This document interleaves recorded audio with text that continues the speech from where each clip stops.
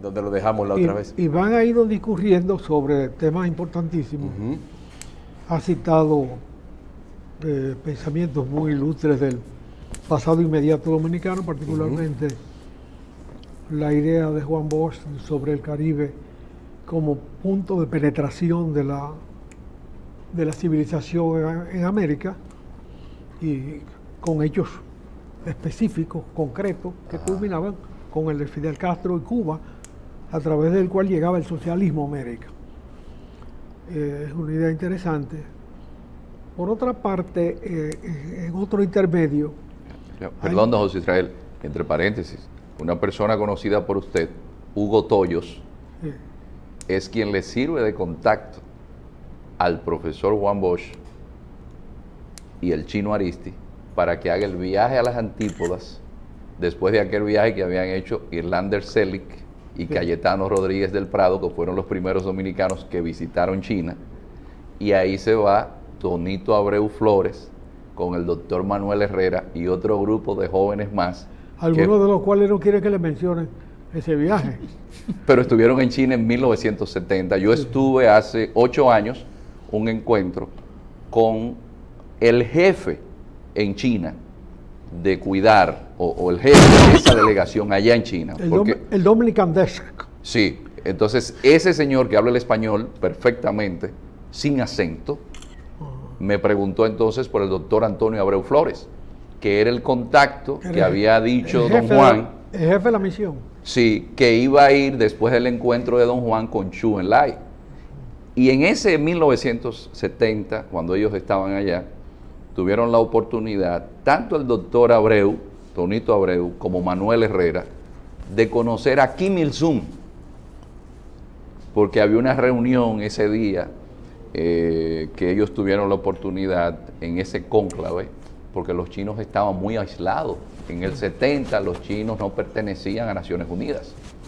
Entonces hago la observación porque don Juan se adelanta en su tiempo y visita a una China que estaba totalmente aislada, incluyendo de los soviéticos, porque habían tenido el incidente por el río Usuri, donde los soviéticos incluso pensaron bombardear a los chinos.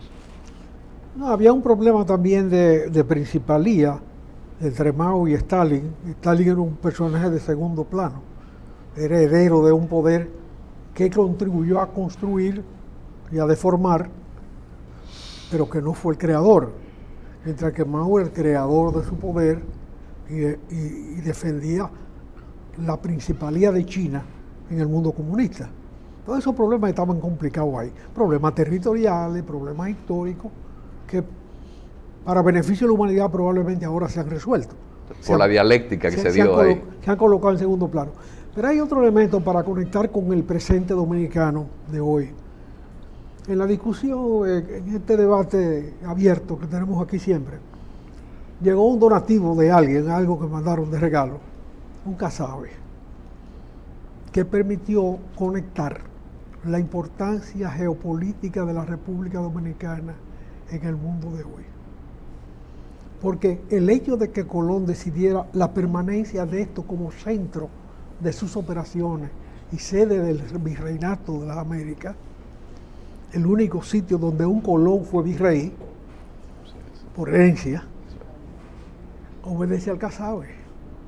Porque el casabe le permitió a él sustituir la galleta de navegación, que era un producto que se dañaba a los 6-7 días de viaje, y así se comía, dañado. Mientras que el casabe tenía características que le permitía continuar la conquista más allá de un territorio sin que se dañara. O sea, esa virtud del casabe es lo que permite que se asiente la cuna civilizadora o la cuna renovadora de América.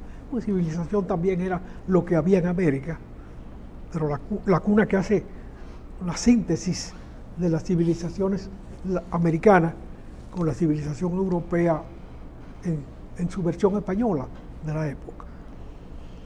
Y eso conectado con hoy explica por qué el presidente Medina ayer, en una reunión muy trascendente, maneja el tema de la posición geográfica dominicana como el factor de desarrollo por excelencia a tener en cuenta en los próximos tiempos, así como el turismo lo fue en una época, así como la industria azucarera lo fue en otra, como en las zonas francas fueron en otras, en diversos tiempos. Hoy concomitante con lo que existe, porque no hay que destruir como se destruyó la industria azucarera para hacer la otra cosa, la posición geográfica adquiere su dimensión. Y tú, como buen conocedor de la geografía política del mundo y de todas esas relaciones internacionales que conlleva, tiene la palabra para hablar sobre esa oportunidad de desarrollar esa opción para el crecimiento económico dominicano y la incorporación de todos los que están marginados en este país y en esta isla. No, de ahí, fíjese, nosotros estamos en medio de una gran disputa geopolítica. Los chinos hacen presencia en la región, tienen una gran carpeta para invertir, porque tienen dinero para invertir, tienen un proyecto de muy largo plazo, que esa es una ventaja que tienen los chinos. Los chinos pueden hacer proyectos a 25, 30 años, lo cual las democracias no pueden darse esos lujos. De hecho, una de las quejas de los chinos con la Unión Europea es que los presidentes duran poco y que ellos tienen que estar hablando con mucha gente a cada rato, porque para ellos... Que no están enterados. Sí, entonces para ellos esto es como un poco extraño. Entonces los chinos tienen esa ventaja y ellos han llegado al Caribe de forma estratégica, utilizando premisas de su pasado. Y esto sí es fundamental en un mundo como el posmoderno, el mundo en el que nos encontramos hoy. Para los chinos es fundamental ir a la fuente de sabiduría que es su historia.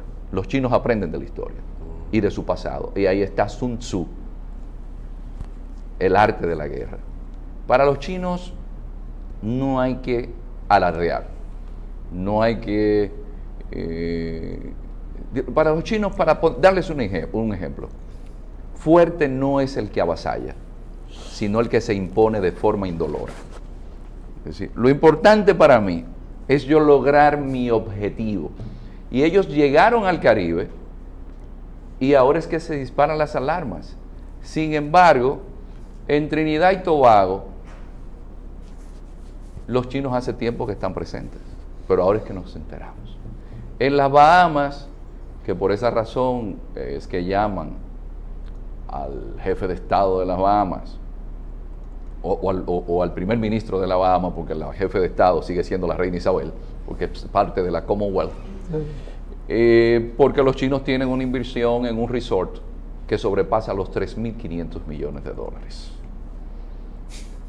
Nos damos cuenta que parte de las inversiones en un sitio tan estratégico como en Panamá las representan los chinos a un punto tal que el presidente Varela se va a Pekín y después dice en Panamá: señores, es que yo voy a Pekín y yo quiero que ustedes vean cómo me reciben los chinos. Es decir, mientras para usted, un presidente de América Latina, conseguir una cita en la Casa Blanca, lo reciben y lo tienen 10 o 15 minutos, si acaso lo reciben, los chinos le organizan a usted a un perico ripiado de chinos. Ay, Dios mío. Y sí, porque eso es parte de la cultura confuciana. Pero un ejemplo nuestro fue no lo tocaron que Hipólito Mejía visitó al presidente Bush en Estados Unidos y entró por el despacho de Condoleezza Rice. Fue por el despacho de la seguridad que lo pasaron. O sea, tratarte como un problema de seguridad nacional, una visita de Estado. Pero los chinos, por un tema de, porque esto es importante, como parte de su tradición histórica, para los chinos hay un tema del respeto y también de la distancia de donde usted procede. De mientras más lejos usted viene, más exquisito debe ser el trato. Porque una lucecita que está lejos, y hay que llegar despacio. Entonces los chinos se van a esa visión de que no tengo que estar dando demostraciones de que soy fuerte. De hecho, la estrategia de la política exterior y la geopolítica china la traza Deng Xiaoping diciendo: hay que ir en la ola sin mostrar que estamos allá. Mientras más discreción, ¿Y por qué mejor. no hicieron eso en Cuba? Porque en Cuba estaban los soviéticos.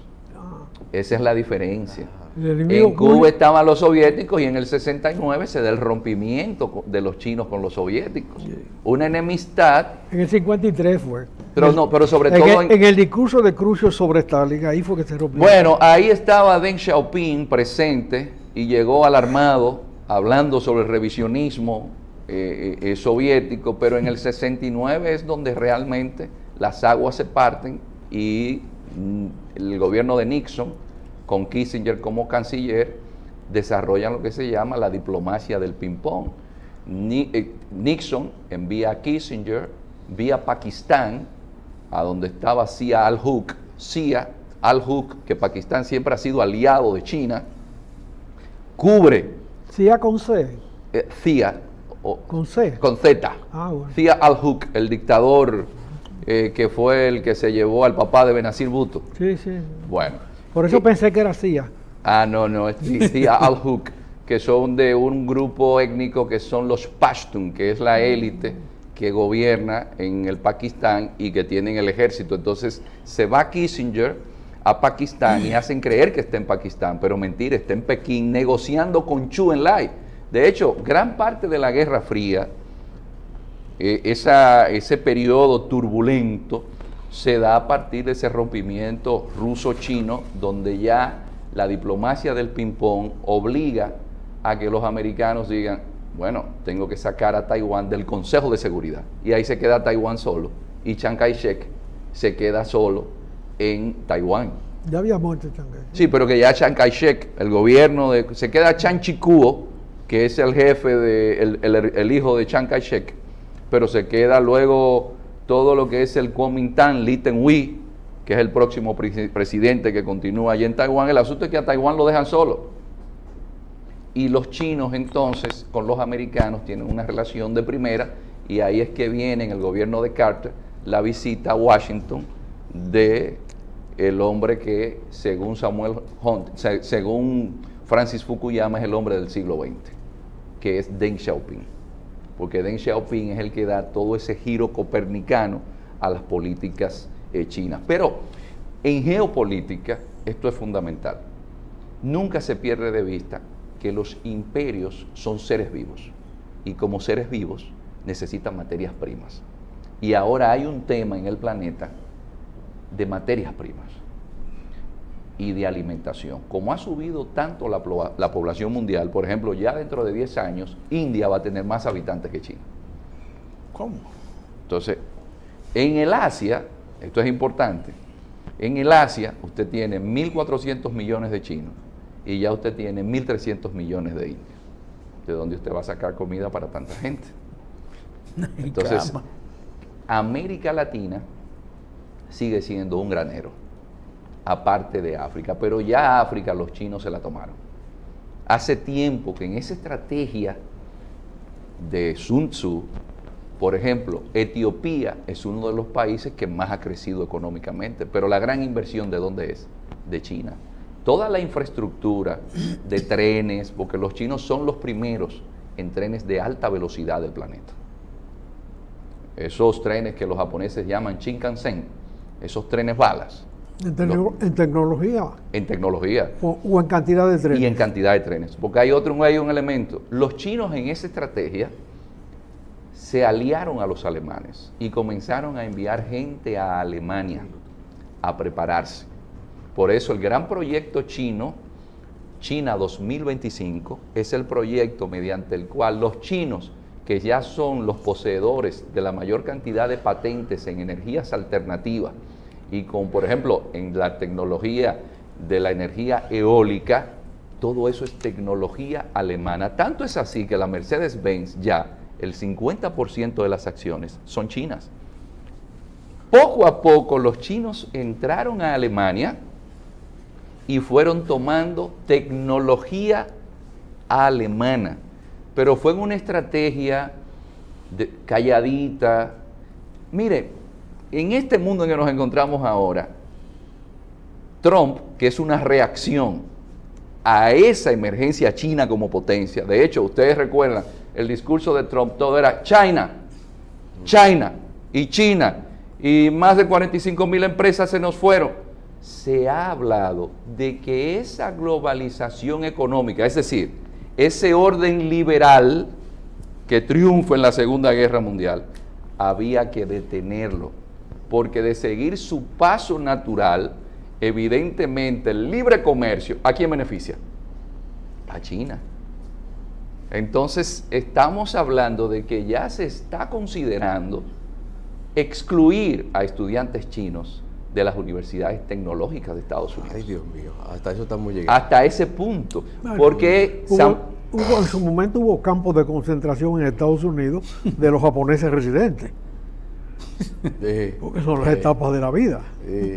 Cuando se armó el lío con Japón, bueno, hubo que recoger todos los japoneses o emparentados con japoneses. Así fue. Bueno, fruto, cuando don Julito preguntaba, ¿y cómo llegan los chinos a tener ese desarrollo? Fíjense, por esa creación de los campos de concentración y la persecución a personas que supuestamente tenían tendencias que iban en contra de los intereses de Estados Unidos, el macartismo hoy es reconocido como uno de los elementos que le ha dado a China el posicionamiento que tiene hoy.